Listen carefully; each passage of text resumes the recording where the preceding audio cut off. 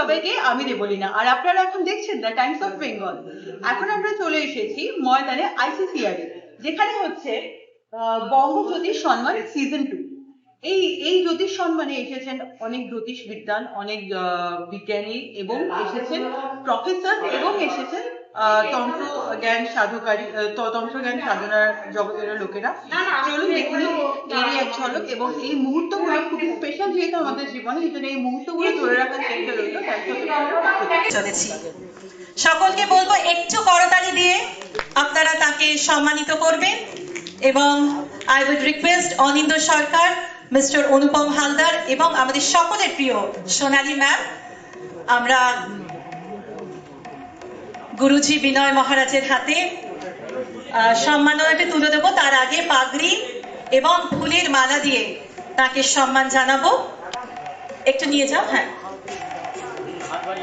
অনিন্দ দা, অনুপম দা, আপনাদের বলবো পাগড়ি এবং ফুলের মালা পরিয়ে গুরুজিকে সম্মান জানানোর জন্য।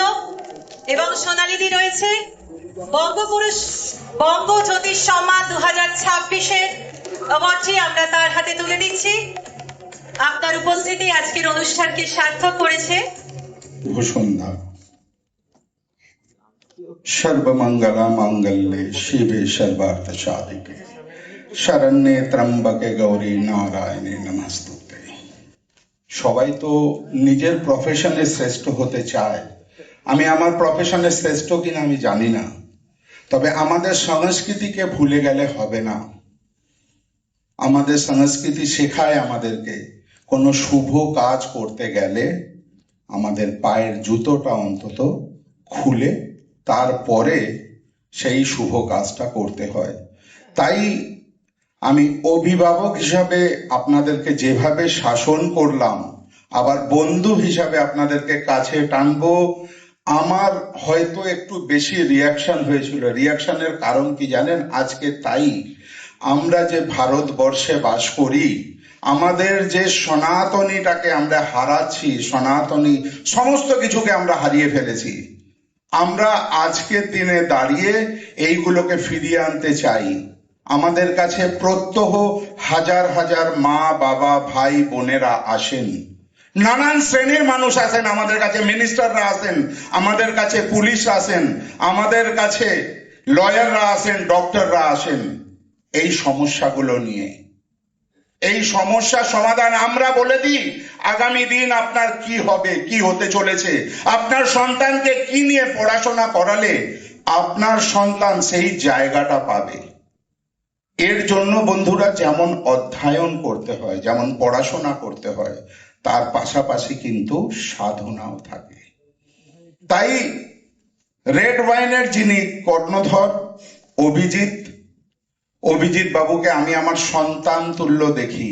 আপনারা অবাক হচ্ছেন, 70 বছর বয়সের লোকেরাও আমার থেকে দীক্ষিত। আমি তারাপীঠে থাকি, তারাপীঠ শ্মশানেই আমার ম্যাক্সিমাম সময়টা কাটে। তাই অবাক হবেন না, আপনাদের রেড ওয়াইন এন্টারটেনমেন্টের যিনি কর্ণধর অভিজিৎ গুপ্ত আমার সন্তান তুল্য। তাই এই ধরনের কোনো ভুল যাতে ভবিষ্যতে না হয়, তাই আমার এটা বলার বক্তব্য ছিল। সরাসরি চলে আসবো বন্ধুরা। কেন আমার কথা আপনারা শুনবেন? আমি প্রত্যেককে একটা কথা বলি। আপনারা জানেন কোভিডের মতন সময়, হ্যাঁ বন্ধুরা, আমি এবং আমার তারাপীঠ তপবন সারা পশ্চিমবঙ্গ আমরা স্যানিটাইজিং করেছিলাম পশ্চিমবঙ্গের থানাগুলোতে। কেন থানাগুলোকে বেছে নিয়েছিলাম? কারণ ওই সময় ওনারাই কিন্তু সারা দিন রাত নিজেদের সবকিছুকে বর্জন করে ওনারা কিন্তু আমরা কিভাবে সুস্থ থাকব তাই কিন্তু ওনারা এগিয়ে এসেছিলেন। তাছাড়াও প্রায় 3 মাস ধরে প্রত্যেক দিন আমরা 600 মানুষকে তারাপীঠ শ্মশানে যারা অনাহারে ছিল তাদেরকে কিন্তু আমরা আহার জুটিয়ে দিয়েছিলাম। তার পাশাপাশি 365 দিন কিন্তু আমার কাজ চলে। আমার নিজের কৃতিত্বে আমি ওয়ান ম্যান আর্মি। আমার অনেক বাচ্চারা আছে যেসব মা বাবারা সেই সব বাচ্চাদেরকে পড়াতে পারছেন না। কেউ MA করছে, কেউ MCOM করছে, কেউ আবার মাস্টার্স করছে। আমি চেষ্টা করি তাদের পাশে থাকার। তাই ভুল ত্রুটি অন্যায় এগুলোকে আমি মেনে নিতে পারি না। মঞ্চে যারা আছেন আপনাদেরকে আবারও বলবো যে আমি যেটা বলেছি আপনারা অভিভাবক হিসাবে আমার কথাটাকে অবশ্যই শুনবেন, আমি আশা করব।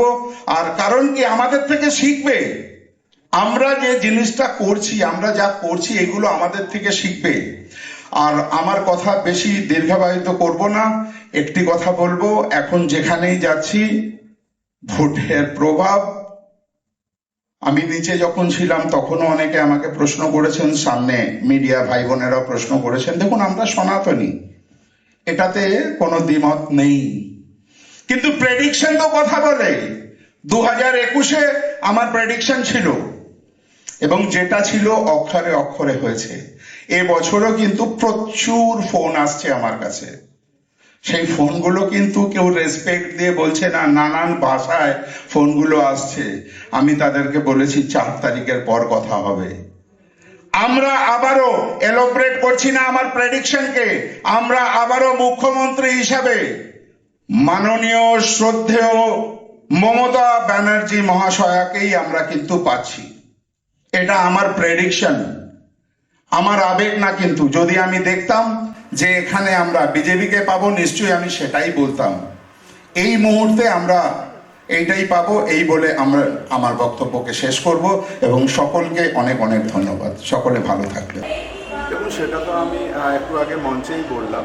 আজকে বললাম একটি বিশেষ দিন, আজ 24শে এপ্রিল, মা বগলার জয়ন্তী। মা বগলার এই জয়ন্তীতে আমি একটা কথাই বলবো, রেড ওয়াইন এন্টারটেনমেন্ট যখন এই ধরনের অনুষ্ঠান করলো, তার নানান প্রতিকূলতা এসেছিল। অভিজিৎকে আমি নিজে বললাম যে আপনি চিন্তা করবেন না, আমি আপনার পাশে আছি, আপনার অনুষ্ঠান কবে হচ্ছে। আজ তার প্রমাণ আপনি পাচ্ছেন যে তার অনুষ্ঠান সুন্দরভাবে হচ্ছে। তো আমাদের সঙ্গে রয়েছে তনুকা ম্যাডাম, সঞ্জীব স্যার এবং সোনালী ম্যাম। বঙ্গজ্যোতি সম্মান 2026-এর স্মারক, সাথে পাগড়ি এবং ফুলের মালা সবটা দিয়ে আমরা আমাদের অত্যন্ত প্রিয় শ্রীময়ী মাকে এই মুহূর্তে বরণ করে দিচ্ছি।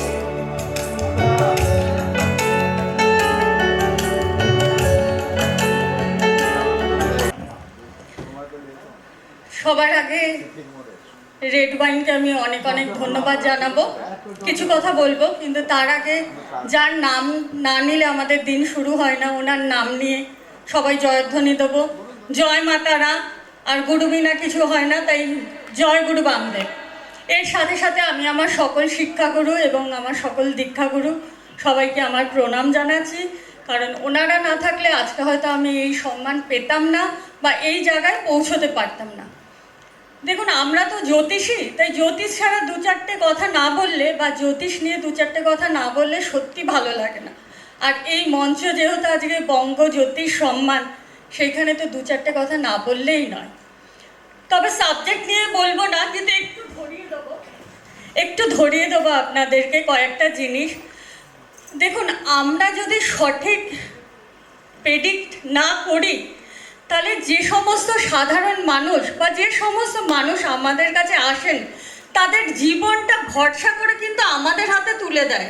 কারণ আমাদের গণনা যদি সঠিক না হয় বা আমাদের প্রেডিকশন যদি সঠিক না হয়, ফর এক্সাম্পল একটা ছোট কথা বলছি, ধরুন কারো বার্থ চার্ট বা কুণ্ডলিতে দেখা যাচ্ছে সেই ছেলেটি বা মেয়েটি বা জাতক জাতিকা আপনার হয়তো সরকারি চাকরি আছে, আর আমরা বলে দিলাম সরকারি চাকরি নেই, তার ব্যবসা আছে। সে হয়তো অল্পেতেই অস্থির হয়ে গিয়ে বা তার পরিবার অস্থির হয়ে গিয়ে অনেক টাকা পয়সা অনেক কিছু খরচা করে ব্যবসা করে দিলেন, কিন্তু তার ব্যবসা কিন্তু দীর্ঘস্থায়ী হলো না। বা আমরা কিন্তু অনেক সময়ই বলে দিলাম যে আপনার ছেলে ডাক্তার হবে, দেখা গেল হলো না, কারণ তার জন্মছকে বা জন্মকুণ্ডলিতে সে কিন্তু অনেক ভালো ল নিয়ে যদি পড়াশোনা করতো, ভালো লয়ার হতে পারতেন বা ভালো ইঞ্জিনিয়ার হতে পারতো। তাই জন্য আমি সবসময় বলবো, বিশেষ করে রেড ওয়াইনকে আর আমাদের রেড ওয়াইনকে সত্যি আমি বারবার করে একটা জিনিস বলবো, অভিজিৎ বাবুকেও বিশেষ করে বলবো, বহু জ্যোতিষী আছেন, বহু জ্ঞানীগুণী ব্যক্তিত্বরা আছেন, তাদেরকে কিন্তু আমাদেরকে অন্ধকার থেকে আলোর জগতে খুঁজে বের করতে হবে। তাদের প্রতিভার আলো যাতে আমাদের সমাজে বিকশিত হতে পারে, আর তার সাথে সাথে অতি অবশ্যই নতুন জেনারেশনকে আমাদের অনেকভাবে শুভেচ্ছা জানাতে হবে। কিন্তু পুরনো জেনারেশন বা যাদের সঠিক অভিজ্ঞতা আছে তাদের কিন্তু আমাদের আলোতে বা প্রচারে নিয়ে আসতে হবে, যাতে আমাদের প্রেডিকশনের ওপর নির্ভর করে বহু মানুষের জীবন কিন্তু নির্ভর করছে।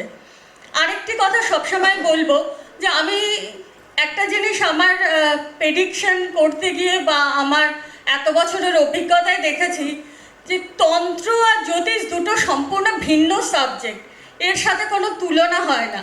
কিন্তু আমি বরাবরই একটা কথা সবসময় বলি যে তন্ত্র আমরা অবশ্যই করব, এটা এক জীবনে সম্ভব না, এটা সাধনা অনেক বড়। আপনার কতটা অরা আছে বা কতটা আপনার সাধনা করছেন তার উপর ডিপেন্ড করছে। কিন্তু জ্যোতিষ একটা সায়েন্টিফিক সাবজেক্ট, এরও আলাদা আলাদা বিভাগ আছে।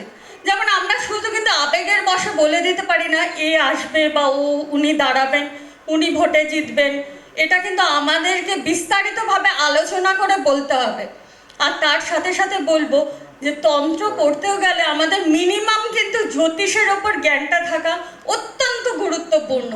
কারণ আমাদের যদি জ্যোতিষের জ্ঞানটা না থাকে তাহলে তার কিন্তু কি সমস্যা বা কিভাবে তার প্রতিকার সম্ভব। প্রতিকার মানে আপনারা ভুল ভাববেন না যে শুধুমাত্র স্টোন ধারণ করা বা রেমেডি করা। প্রতিকার মানে সঠিক পথ দেখানো, কোন পথে গেলে আপনি বা কোন দেবদেবীর পুজো পাঠ করলে বা কিভাবে আপনি কোন প্ল্যানেটের জন্য কিভাবে কার সেবা করলে আপনার কিন্তু সমস্ত দোষ কেটে যাবে, আপনি কিন্তু সফলতার পথে এগিয়ে যেতে পারবেন।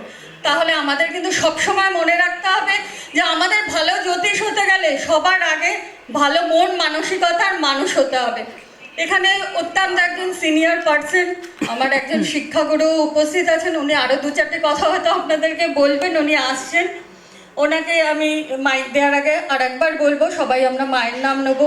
জয় মাতারা, জয় গুরু বামদেব। সবাই ভালো থাকবেন, আপনারা চেষ্টা করবেন সকলে মিলে যে জ্যোতিষের জয় হোক, জ্যোতিষ সাবজেক্টের জয় হোক, জ্যোতিষের উপর ভরসা রাখবেন। জয় মাতারা, জয় গুরু বামদেব। আচ্ছা শ্রীময়ীমা, সবাই জানে যে আপনি সর্বভৌম সম্পন্ন, আমরা এক্ষুনি স্টেজে এটাই শুনলাম, কিন্তু তাও আমরা জেনে নিতে চাইবো যে অ্যাওয়ার্ড যে আপনাকে সম্মানিত করা হলো স্পেসিফিক্যালি কোন ক্যাটাগরির জন্য? ক্যাটাগরি বলে তো কি আছে সেটা রেড ওয়াইন বলতে পারবে আর অভিজিৎ বাবুই বলতে পারবেন। তবে ওনাদেরকে অসংখ্য ধন্যবাদ জানাই। 365 দিন আমি চেষ্টা করি সাধারণ মানুষের সেবায় ব্রতী হয়ে থাকতে।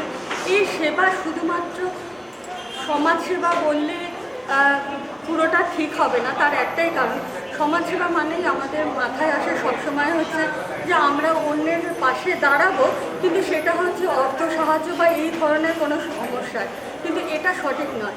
আমাদের সমাজসেবা বা সেবা মানে হচ্ছে যে কোনো ব্যাপারে, ধরো একটি বাবা, তার কন্যা দায়গ্রস্ত বাবা, উনি তার কন্যাকে বিবাহের জন্য, বিবাহযোগ্য কন্যা তাকে বিবাহ দেওয়ার জন্য তার সুপাত্র খুঁজছে, কিন্তু সেই পাত্র, কোন পাত্র তার জন্য সুপাত্র হবে, কোন পাত্র তার উপযোগী হবে, কোন পরিবার তার উপযোগী হবে, সেইটা জানার জন্য কিন্তু অতি অবশ্যই কিন্তু একজন স্বনামধন্য ভালো জ্যোতিষী, যার সম্বন্ধে আপনি আগের থেকে ভালো করে অবশ্যই খবর নিয়ে আসবেন, সেরকম জ্যোতিষের কাছে কিন্তু যাওয়া প্রয়োজন। আর আমরা কিন্তু এই সেবামূলক কাজটা প্রদান করে থাকি। তাই আমি কিন্তু সবসময় নিজেকে মনে করি যে আমি 365 দিন সমাজের কল্যাণের কাজে নিজেকে নিয়োজিত রাখতে পারছি। থেকে মানুষ ছুটে আসেন আধ্যাত্মিক জগতের এক উজ্জ্বল নক্ষত্র মহর্ষি মুকেশ। উষ্ণ করতালির মধ্য দিয়ে আমরা তাকে মঞ্চে আমন্ত্রণ জানাই। Ladies and gentlemen, please put your hands together for মহর্ষি মুকেশ। এই মুহূর্তে এমিনেন্ট ফিউচার টেলার বিভাগে আমরা বঙ্গ জ্যোতিষ সম্মান 2026 তার হাতে তুলে দিচ্ছি। তার নিরলস কর্মযজ্ঞকে কুর্নিশ জানিয়ে আজ আমরা এই সম্মানে তাকে সম্মানিত করতে চলেছি। মহর্ষি মুকেশ মহোদয়কে এই মুহূর্তে এমিনেন্ট ফিউচার টেলার বিভাগে আমরা বঙ্গ জ্যোতিষ সম্মানে সম্মানিত করলাম। কেমন লাগছে আপনার এই বঙ্গ জ্যোতিষ সম্মানে? এই বঙ্গ জ্যোতিষ সম্মানে এসে প্রথমবার আমি এসেছি বাবুকে খুব জানাবো ভালো, কেন ভালো ম্যানেজমেন্ট করেছেন আর খুব সুন্দরভাবে কিন্তু অ্যারেঞ্জমেন্ট করে আমাদেরকে খুব ভালো লেগেছে। এটা প্রথমবার এসেছি কিন্তু খুব আনন্দ করলাম, খুব ভালো হয়েছে। একটা সিস্টেম মতন যেটা হয় সেটাই কিন্তু করা হয়েছে, খুব ভালো লেগেছে আমাদের।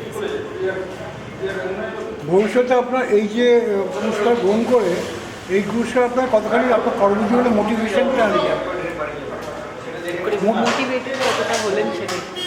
এখানে আমি 100%ই স্যাটিসফাই হলাম, কেন এখানে একটা এমন জিনিস রেড ওয়াইন একটা যেটা পার্ট দিয়ে বঙ্গজ্যোতির সম্মানে এটা করা হলো, তার মধ্যে কিন্তু আমি একটা জিনিস দেখতে পেলাম যে এখানে তন্ত্র বা অ্যাস্ট্রোলজি এই দুটো মিলিয়ে কিন্তু এটা হচ্ছে। কারণটা কি, তন্ত্র রেড ওয়াইন একটা এমন একটা ওয়াইন স্টার, সেখান থেকে কিন্তু তাকে আমরা তন্ত্র লাইনে কারণ বলি। এই কারণ ছাড়া কিন্তু আমরা অনেকটা এমন দেবী যেটা 10 মহাবিদ্যার মধ্যে তারা ছিন্নমস্তিকা এগুলো যা দেবী, তাদের ছাড়া তাদের মধ্যে কারণটা অবশ্যই লাগে, ওইটা ছাড়া আমরা পুজো করতে কখনো পারবো না। Thank you. ওটা খুব দরকার, ওটা নেসেসারি। আপনারা দেখে নিলেন কত সুন্দরভাবে সম্মানিত করা হলো বিভিন্ন জ্যোতিষীদের এবং তান্ত্রিকদের যারা তন্ত্র সাধনাও করেন। খুবই অদ্ভুত ভাবে আজকে আমরা দেখতে পেলাম যে জ্যোতিষ শাস্ত্র বা জ্যোতিষ বিজ্ঞান কিন্তু শুধুমাত্র তারাপীঠ বা কোনো নিমতলা শ্মশান অব্দি সীমিত নয়। আমরা দেখলাম যে যথেষ্ট বড় বড় ইনস্টিটিউশন থেকেও লোকে পাশ করে কিন্তু এই বিদ্যা চর্চা করছে, সেভাবেই কিন্তু লোকের কল্যাণে লোকের সাহায্য করার জন্যই এরা কিন্তু আজকে আমাদের লাইফে রয়েছে, এদের অস্তিত্ব রয়েছে। মতো এইটুকুই, আবার দেখা হবে টাইমস অফ বেঙ্গলের পর।